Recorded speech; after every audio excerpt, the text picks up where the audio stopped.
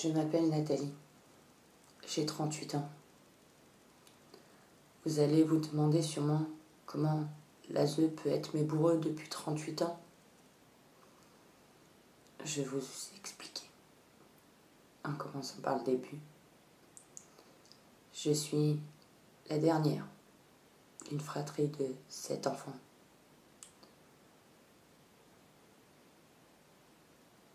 Quand je suis née, ma famille avait déjà un long cursus ASE pour de mauvais traitements.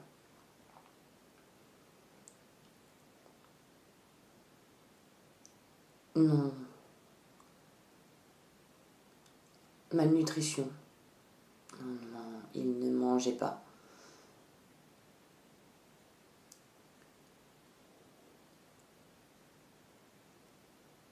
Attouchement. Ils ont même vécu une période dans le parc, sous le kiosque. Donc pour vous dire que notre famille avait déjà fait du bruit au sein de l'ASE avant mon arrivée. Mais ça ne les a pas empêchés de me laisser là-bas, de naître là-bas et de vivre 4 ans les mêmes tortures qui avaient déjà été infligées à mes aînés.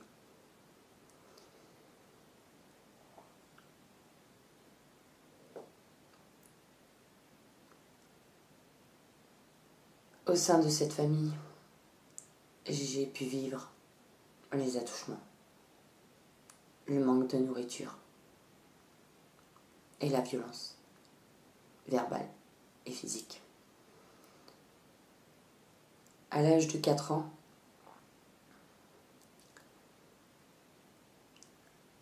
j'étais placée à la pouponnière avec ma mère.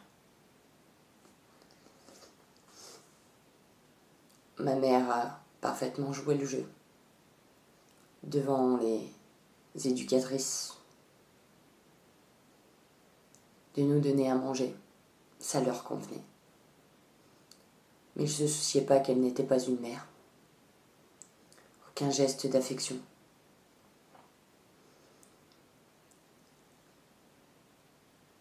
La violence des propos, les gestes. Ils nous ont laissé repartir avec elle. Je suis partie vivre avec ma mère.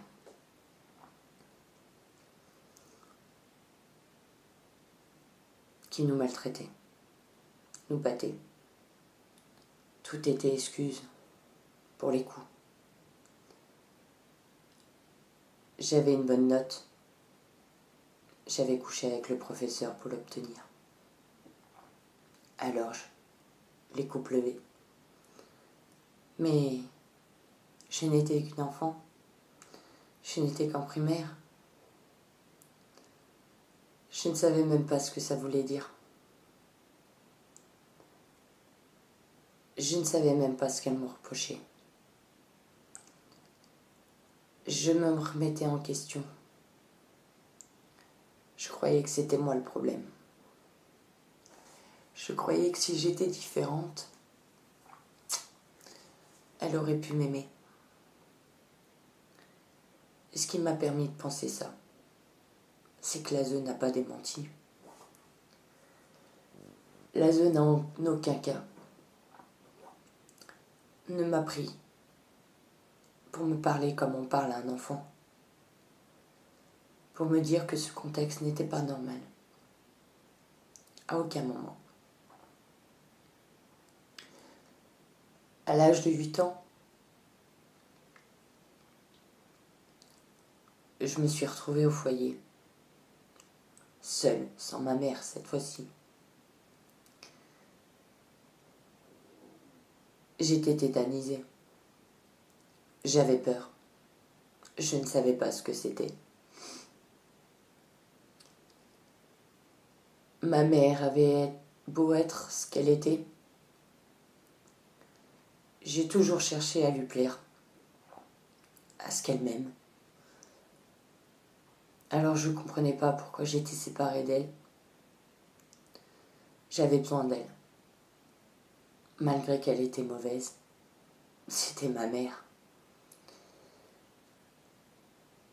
J'ai vécu cette période vraiment mal. Je me levais la nuit pour me glisser dans le lit de ma sœur. Les éducatrices me rabaissaient en disant que j'avais un comportement malsain. C'était pas normal de se glisser dans le lit de ma sœur. Alors que j'étais juste une enfant terrorisée qui cherchait juste le réconfort de sa sœur.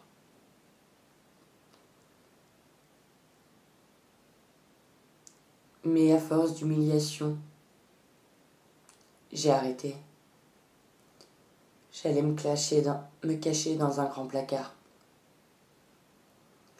rempli de linge. C'était comme un grand couloir. Et je me mettais entre les piles. Ça ne les dérangeait pas. Ils ne me jugeaient plus. Pendant cette période, on m'obligeait à voir mon père. Un père qui sachait que rien qu'on me parlait de lui, en me disant ton papa, je faisais pipi dans ma culotte et on m'obligeait à aller le voir. J'inventais tous les prétextes. Je collais ma tête sur les radiateurs. Je faisais tout et n'importe quoi pour pas aller aux visites. Et on m'obligeait à y aller.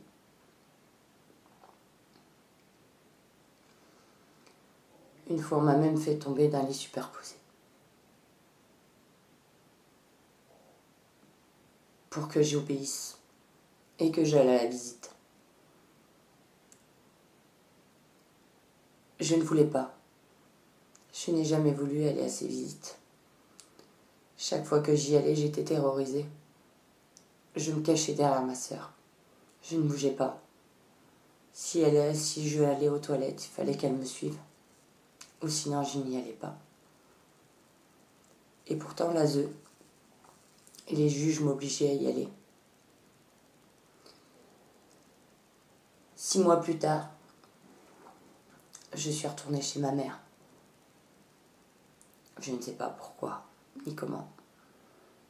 Mais je suis retournée chez elle. Où tout a recommencé. Les coups. Les injures. Les insultes. Tout. À l'âge de 9 ans, pour diverses circonstances, je me suis retrouvée devant le juge.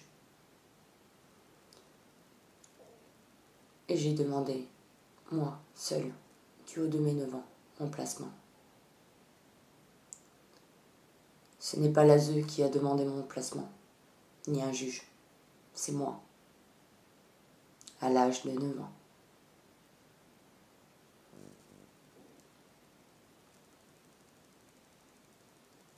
Donc je suis retournée en foyer.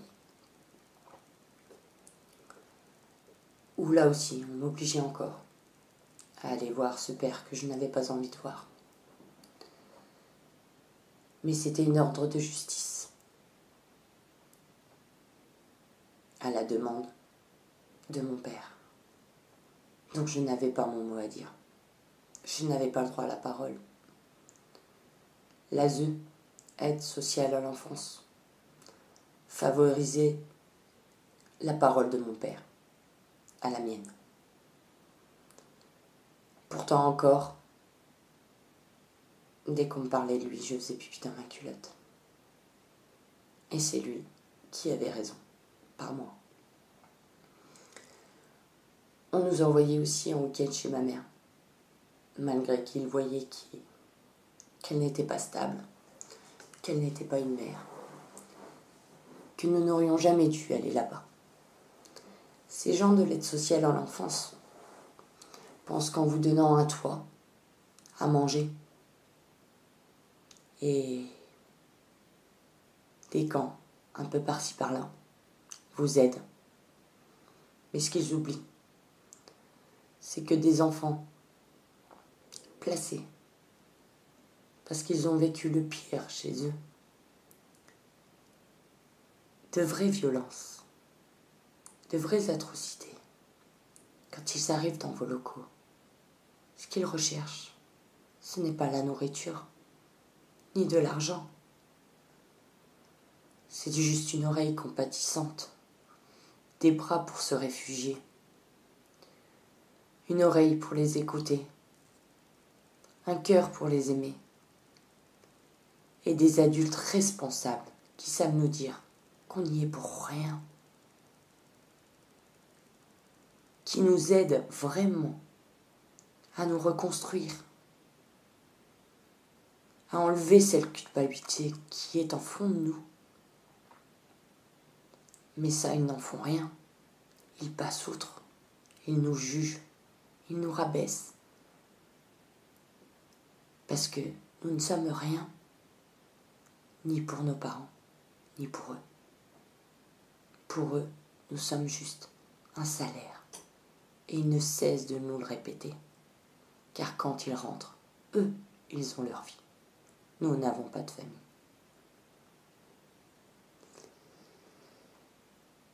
Après le foyer, durant quelque temps, j'ai vu que ce n'était pas pour moi ce lieu-là. Donc à l'âge de 11 ans, j'ai très vite décidé de partir en famille d'accueil. Je n'avais pas de famille. Je cherchais à tout prix une famille. Donc j'ai essayé la famille d'accueil. Je ne savais pas que c'était le début d'un long et douloureux autre calvaire.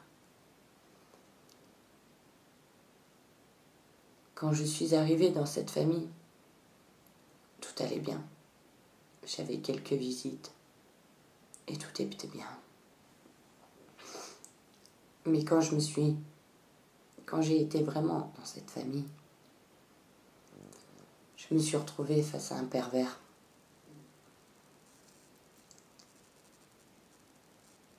Un pervers dont je ne pouvais pas me défaire. Presque systématiquement,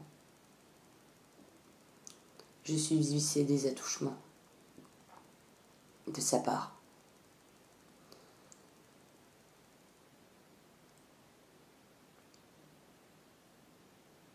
J'ai essayé de parler, de dire les choses.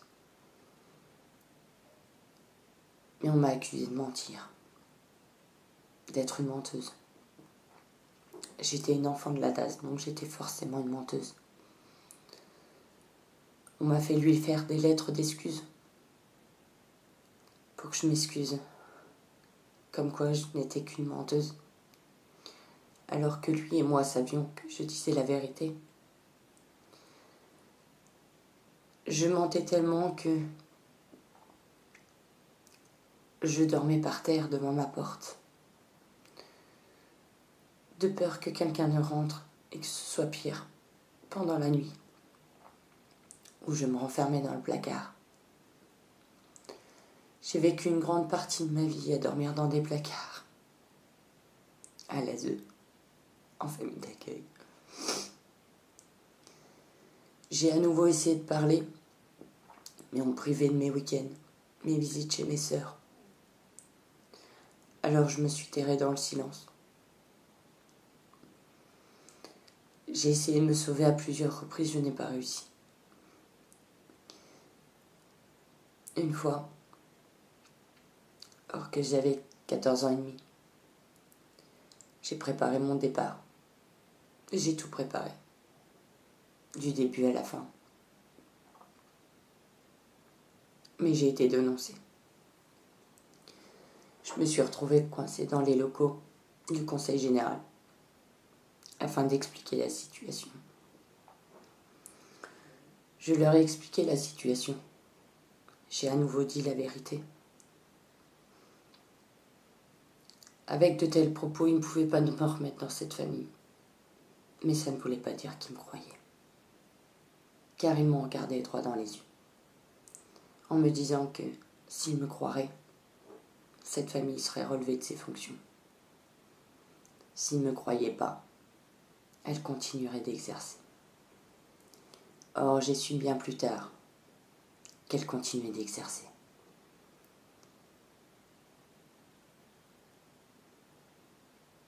De cette entrevue, j'ai dû être auditionnée par la gendarmerie. Ils m'ont demandé de déposer plainte. Je pense que c'est parce que j'ai refusé de déposer plainte qu'ils ne m'ont pas cru. Là encore, l'aide sociale en France n'avait pas fait son travail. Car s'ils auraient essayé de comprendre cet enfant que j'étais, ils auraient compris qu'il n'était impossible pour moi de déposer plainte. Surtout à cette époque.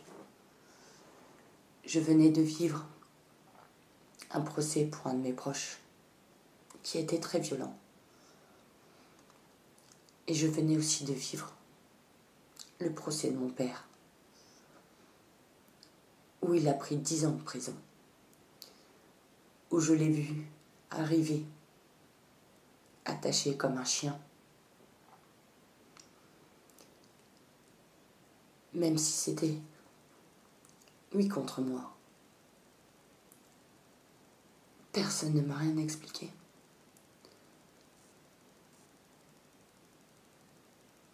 Je n'ai pas eu de soutien pendant ces audiences, pendant ce procès, face à lui.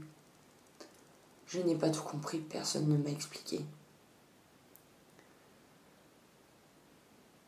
J'étais la plus jeune. Mais il aurait fallu que je comprenne tout aussi bien que les grands. Et je n'ai rien compris. Rien du tout. Je ne comprenais pas du tout. Pour une ado, vivre tout ça, sans pouvoir mettre le mot, sans avoir d'adulte qui t'explique. Tu te renfermes. Et vivre ce que je vivais à côté dans cette famille, comment vouliez-vous que je dépose plainte? J'ai refusé. Mais l'ASE, où était l'ASE latin? J'étais seule. L'ASE, la seule chose qu'elle a fait, c'est me rabaisser. À l'état de menteuse. De me faire perdre encore plus confiance en moi. Parce que quand vous êtes ado et que vous vivez ça, et qu'il n'y a aucun soutien, vous faites quoi?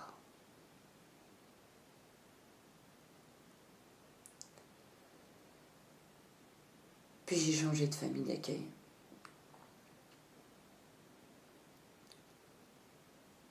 L'autre famille d'accueil était éloignée, mais elle a décidé de déménager. Elle a emménagé juste en face de ma première famille d'accueil, mon bourreau. Tous les jours, je devais me lever avec devant moi les lieux de mon calvaire. Je passais outre. Je faisais comme si ça n'existait pas. Jusqu'à que je sache qu'il soit toujours famille d'accueil. J'avais compris qu'on ne m'avait pas cru. J'ai choisi l'internat. Je suis partie. Pendant un moment, j'ai cru que j'allais pouvoir m'en sortir. Mais l'ASE encore n'avait pas fait son travail. N'avait pas démontré que mes parents n'étaient pas des parents. Je savais que ma mère n'était pas une mère et je n'ai jamais voulu ressembler à ma mère. Je n'ai jamais ressemblé à ma mère.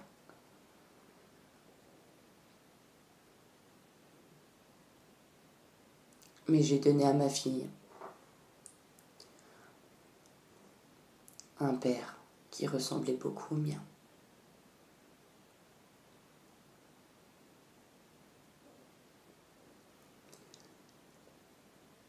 Alors de tout ce parcours, j'ai fini par être dans les bras d'un bourreau. encore une fois. Ce bourreau, j'ai essayé de le quitter plus d'une fois. Mais chaque fois que je le quittais, l'ASE me collait un suivi, que j'étais pas capable de m'occuper de ma fille.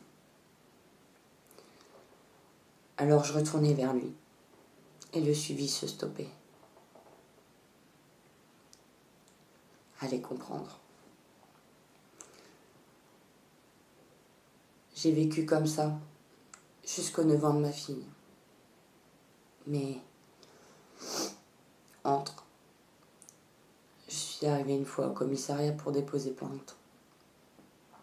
Ils m'ont dit qu'ils ne prenaient pas de plainte le week-end, ils m'ont renvoyé chez moi. J'y suis retournée en semaine.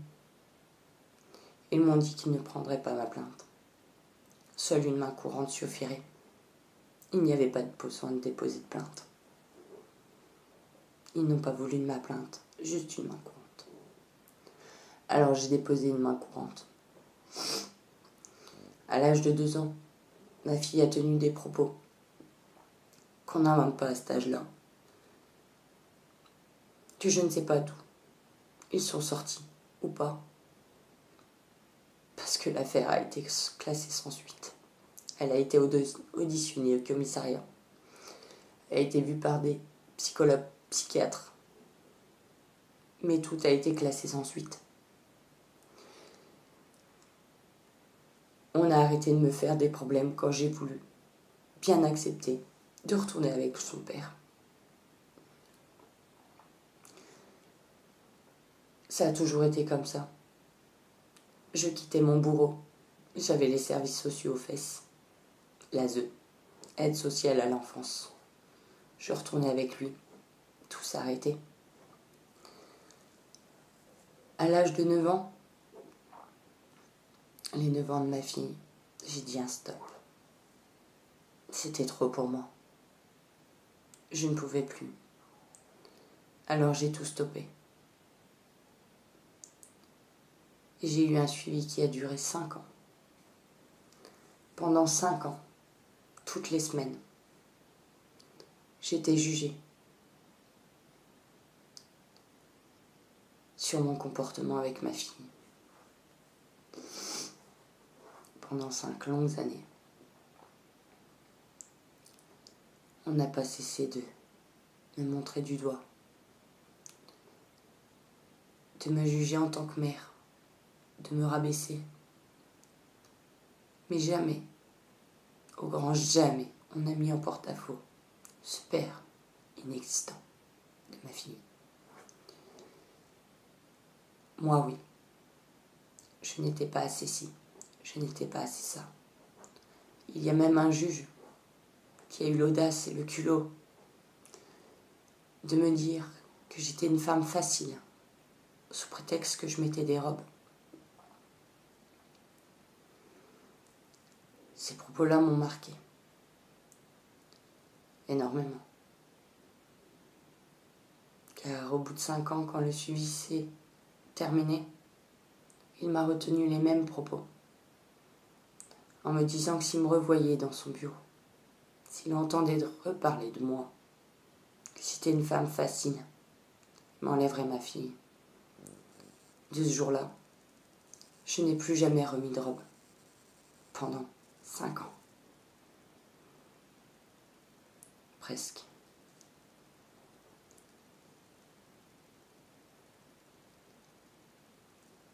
J'ai tout enlevé. Je ne voulais plus mettre de robe. Pour moi, mettre une robe, c'était perdre ma fille. Alors je n'en mettais plus. Comment pouvez-vous faire penser à une femme que son rôle de mère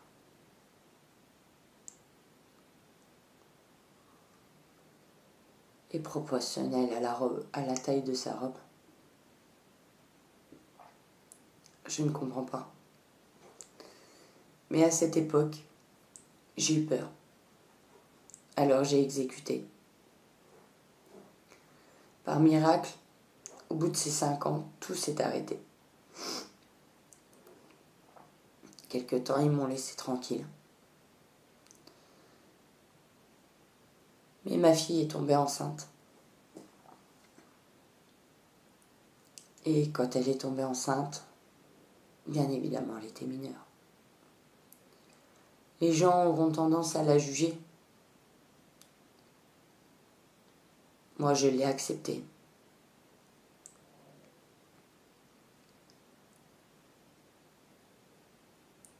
Je l'ai pris en charge, sous mon aile.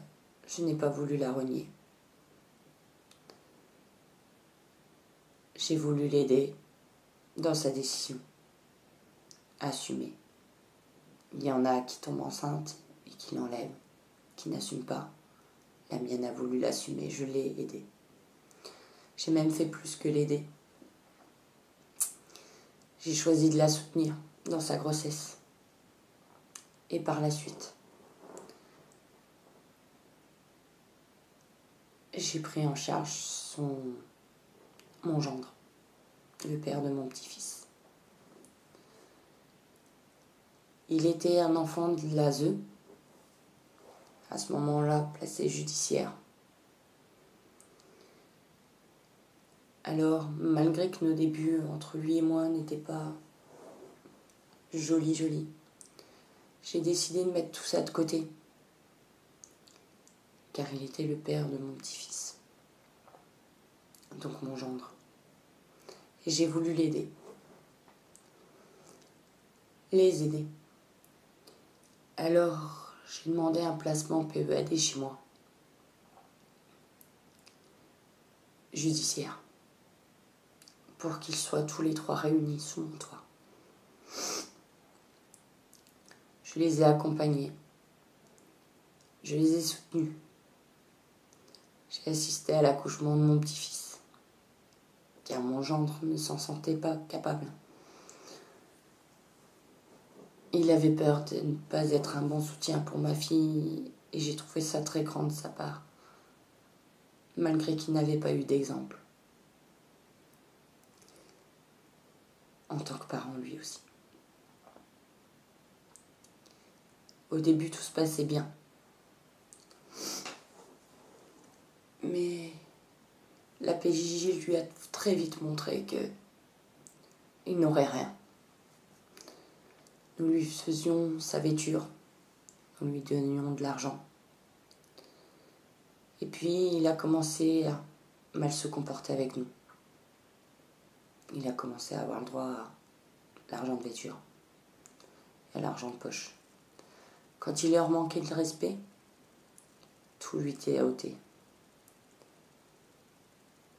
Mais quand il nous manquait de respect, il avait ce qu'il voulait. Alors tout s'est dégringolé. Il a commencé à tout saccager chez moi. Il lançait tout par la fenêtre. Ma vaisselle, les couches sales, tout. Il lançait tout par la fenêtre.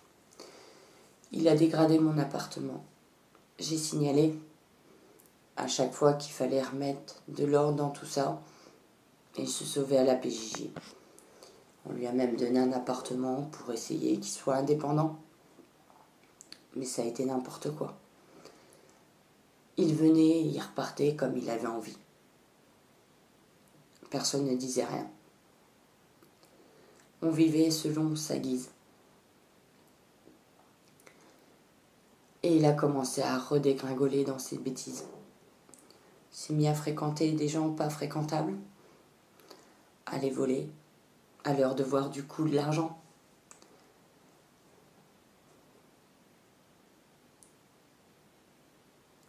Il s'est mis à me voler. On a été cambriolés. D'ailleurs, quand j'ai été cambriolée, alors que mon logement était encore allumé et la porte entr'ouverte, la police m'a demandé de passer la première. Il y aurait pu avoir n'importe qui chez moi. Les policiers sont restés derrière moi. Oui, ils sont restés derrière moi. C'est moi qui ai fait le premier pas. dans l'appartement. Ils se sont moqués de moi quand j'ai compris que ça venait des miens. Ce cambriolage. Est-ce le devoir d'un policier? Ou est-ce encore une façon de rabaisser une personne?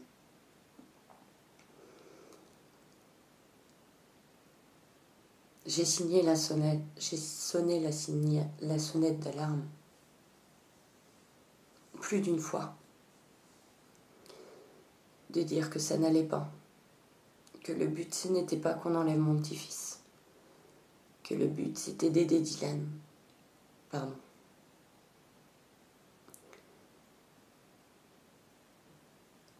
Que on ne pouvait pas tous se mettre en danger pour lui.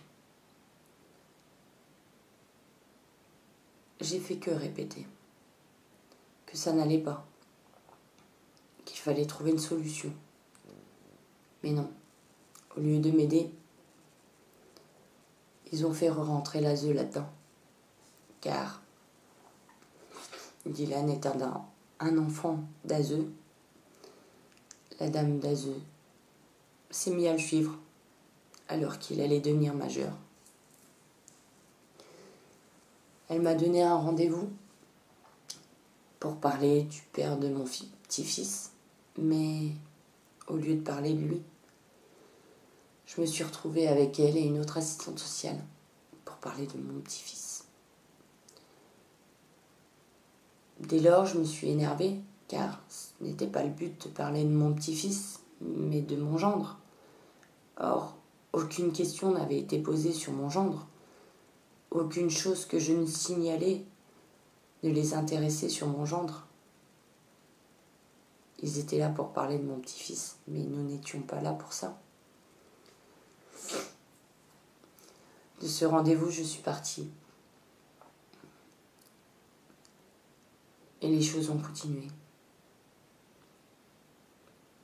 Plus ça allait, plus mon gendre dégradait mon appartement, plus c'était invivable, ingérable. Il devait de l'argent, il fallait rembourser. On était menacés. Je me suis mis à guetter à la fenêtre, à pas dormir, pour regarder par la fenêtre que rien ne se passe.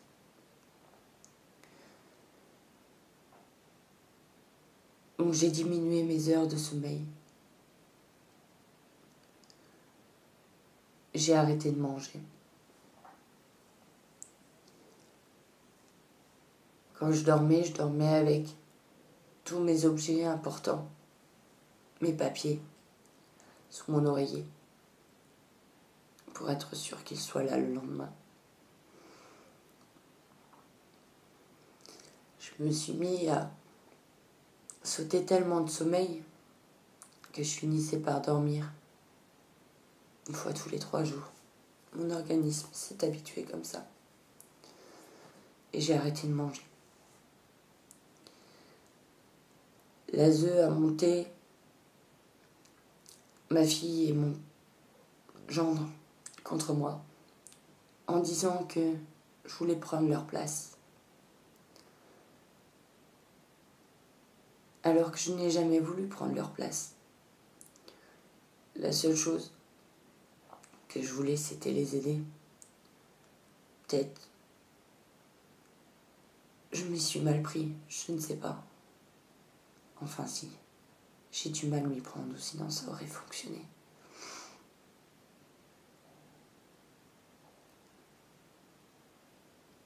Mais la seule chose, c'est que je voulais les aider, leur apprendre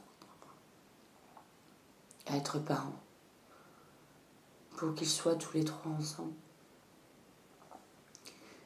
Il les poussait à avoir leur indépendance et je les voyais trop jeunes et Dylan trop dans la délinquance. Ils ne pouvaient pas être autonomes tous les 3. Alors je les gardais près de moi. Et j'ai continué comme ça à bout de bras, à essayer de les tenir le plus que j'ai pu faire moi.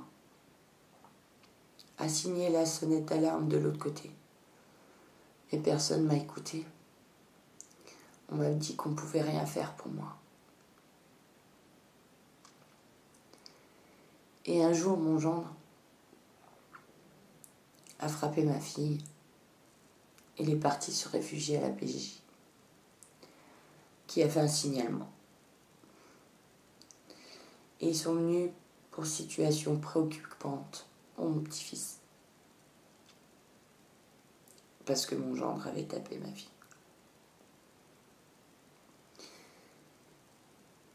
Et de ce signalement, ils leur ont proposé à tous les trois un appartement de protonomie.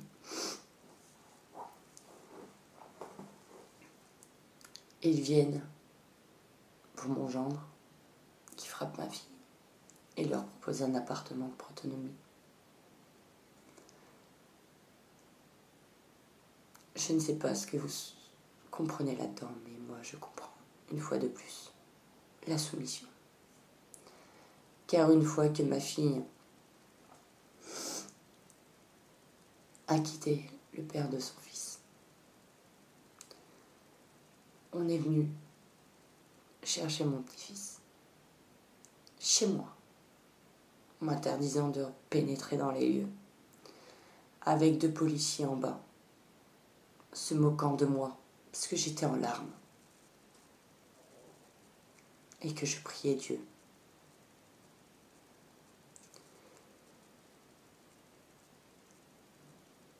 On a retiré mon petit-fils à ma fille,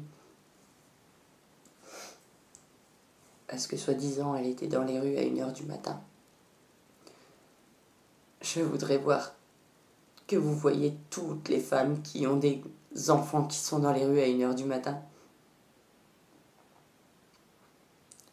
Surtout que c'était la seule fois. Ça ne fait pas d'elle une mauvaise mère. Parce qu'elle a fumé du shit, elle n'a jamais fumé avec mon petit-fils. Qui ne l'a pas essayé. Vous qui me regardez, vous êtes des mères. Moi-même, j'ai été mère. Plus âgée qu'elle. Et j'ai fait des erreurs. J'ai fait des fautes, je ne suis pas parfaite. Et vous toutes qui êtes mères, qui avez eu des enfants, peu importe à l'âge que vous les avez eus, vous avez fait toutes des erreurs. Comment peut-on demander à une adolescente de ne pas faire d'erreur? Comment peut-on lui demander de faire mieux que les adultes?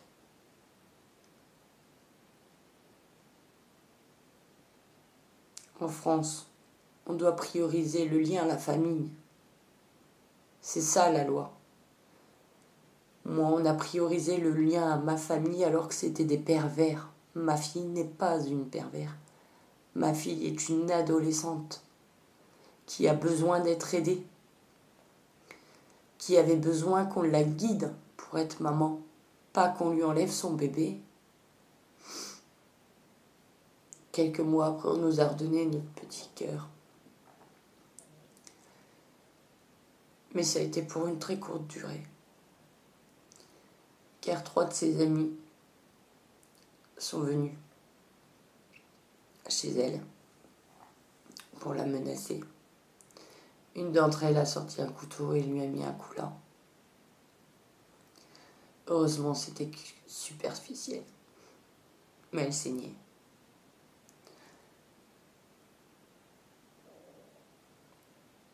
Ceci s'est passé devant son fils. Et les services sociaux sont venus le chercher.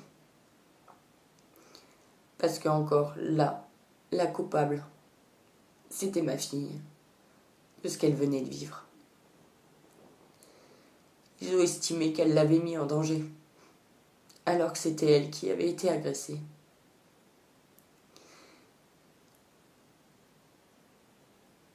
Et mon petit-fils a vu sa mère ainsi, avant d'être enlevée. Ma fille venait de se faire agresser. On lui a enlevé son fils. Elle aurait pu réagir très mal. C'était une victime. Elle aurait pu vouloir en finir avec ses jours, mais ils n'en ont pas tenu compte. Elle n'était responsable de rien. Elle était victime de ces gens-là. En quel honneur on a enlevé mon petit-fils. De plus, ce jour-là, les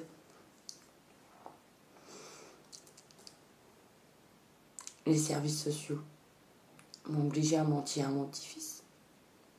Jamais, au grand jamais, je n'ai menti à mon petit-fils.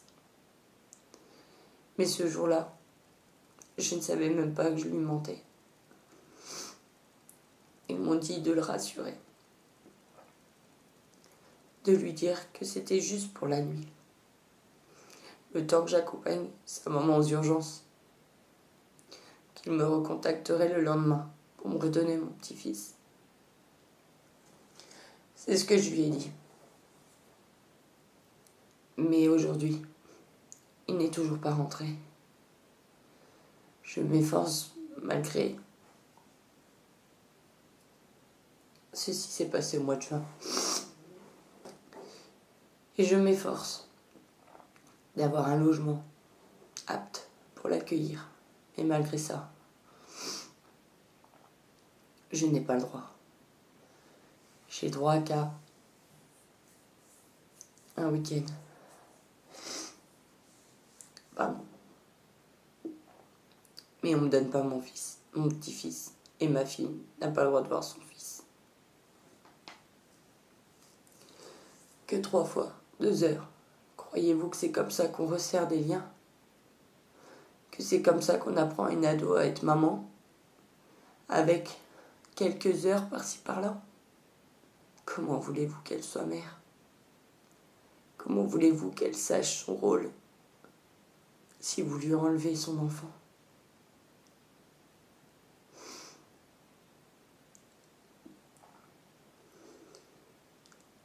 Nous passons bientôt à l'audience. Et cette vidéo est pour dire stop à tout ça. Ils ont volé mon enfance. Ils ont volé l'enfance de ma fille. Il est hors de question qu'ils volent celle de mon petit-fils. Ça va faire déjà 2 ans qu'ils s'entêtent à lui voler son enfance. Je ne les laisserai pas continuer. Cette vidéo est une manière pour moi de mettre un stop, de relier le plus de gens à ma cause. Je suis sûre que je ne suis pas la seule personne à vivre tout ça. Je suis sûre que nous sommes des millions, des milliards, partout dans le monde. Vous tous, ces femmes, ces hommes qui vivaient des injustices, soit en tant qu'enfant, en tant que mère, en tant que père, en tant que grand-mère ou que grand-père. Vous tous reliez-vous à ma cause. Tous ceux qui pensaient que l'enfant est la chose la plus sacrée au monde, qu'on ne doit pas lui faire du tort. Aujourd'hui, de nos jours, plein d'enfants placés qui n'ont pas lieu d'y être remplissent les locaux de l'ASE alors que des enfants martyrisés, violentés, violés, terrorisés jour après jour, restent chez leurs parents, vivre un calvaire qu'ils ne devraient pas vivre, mais qu'on laisse chez eux parce que leurs parents ne viendront pas débourser 1 centime pour récupérer ces enfants. Mais nous, bons parents, vrais grands-parents et vrais pères, mères, tout ce que nous sommes, des bons, nous allons nous battre, batailler, payer des avocats contre des justices pour récupérer nos enfants. Nous remplissons les caisses de l'État. Arrêtons ce système. Arrêtons de nourrir ces caisses à se battre avec des avocats véreux. Regroupons-nous tous, dénonçons tous les faits, tout ce qu'on vit. Faisons le buzz sur tous les réseaux sociaux, peu importe ce qu'ils soient. Allons dénoncer, porter plainte contre ces services. Nous allons à chaque fois être convoqués devant les juges pour enfants, mais on ne rendra pas nos enfants, puisqu'ils vont nous inventer encore et encore des choses pour prolonger le processus, pour qu'on remplisse leur caisse. Allons plus tôt, plus haut, plus loin. Allons porter plainte contre ces PMI, ces juges, ces gens véreux qui se cachent derrière des bureaux et des fausses lois pour protéger nos enfants alors que eux, seuls, les mettent en danger. Regroupons-nous tous pour faire bouger les choses. Je n'ai pas la prétention de dire que je vais changer le monde. Je l'ai déjà essayé et je n'y arriverai pas, du moins pas toute seule. Mais tous ceux qui vivent ce que je vis, soit en tant qu'enfant de la DAS, soit en tant que mère, avec un bourreau avec lequel on lui a obligé à vivre, avec des choses illégales qui se sont passées, ou avec vos petits-enfants, peu importe qui ils sont pour vous. Dénoncez, portez plainte, attaquez-les autant qu'ils vous ont attaqué, emmenez des preuves sur eux autant qu'ils en ont emmené sur vous. Je ne sais pas si la justice des hommes fera quelque chose. Mais si vous êtes arrivé au bout de ce parcours, à vous relever jour après jour pour vous batailler, c'est forcément que vous avez foi en quelque chose ou quelqu'un. Alors, continuez à avoir foi en cette personne, qu'elle soit un ange gardien, une bonne étoile, Dieu, Jésus, Allah, qui que ce soit. Continuez à le prier. Je vous demande une chose pour tous ces enfants. Si pour vous l'enfant est sacré, peu importe que vous le viviez ou non, car aujourd'hui, vous ne le vivez pas, mais demain, qui sait, un de vos descendants le vivra peut-être.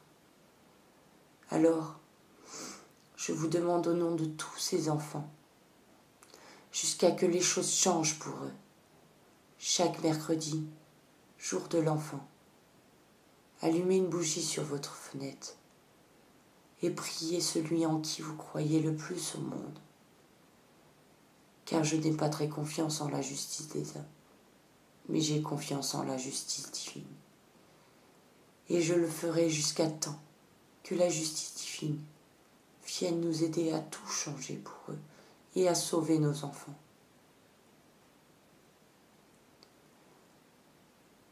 Je voudrais juste rajouter une chose.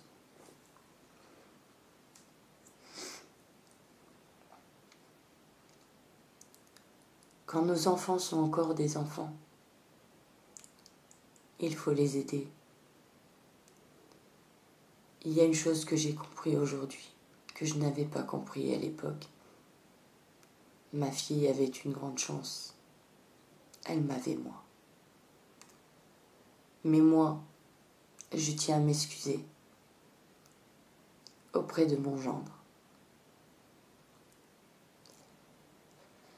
Car ces services que je dénonce, à eux, je suis désolée, mon gendre, je n'ai pas fait mieux qu'eux. Quand il a eu 18 ans, je ne savais plus, j'étais perdue. Je t'ai mis dehors, je pensais que c'était la seule solution pour moi. Et malgré tout ce que tu as pu faire,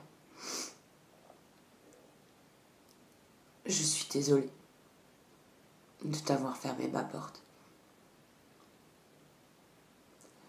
J'ai agi comme eux. Je n'aurais pas dû t'abandonner. Tu étais déjà un enfant abandonné. Même si tu n'es plus avec ma fille, tu as toujours ta famille.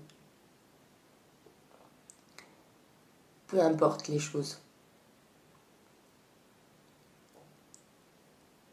Si tu as besoin d'un conseil, si tu as besoin de quelque chose, si tu as besoin d'être guidé pour devenir père, ma porte sera toujours ouverte. Car tu es et resteras toujours le père de mon petit-fils. Tu n'es plus un enfant oublié. Tu as une famille. même si tu n'es plus avec la mère de ton fils, on reste pour toujours ta famille. Et si tu as besoin, tu sais où on est. Alors, excuse-moi de ne pas l'avoir compris avant et de t'avoir fermé ma porte. C'est une chose que jamais plus je ne ferai.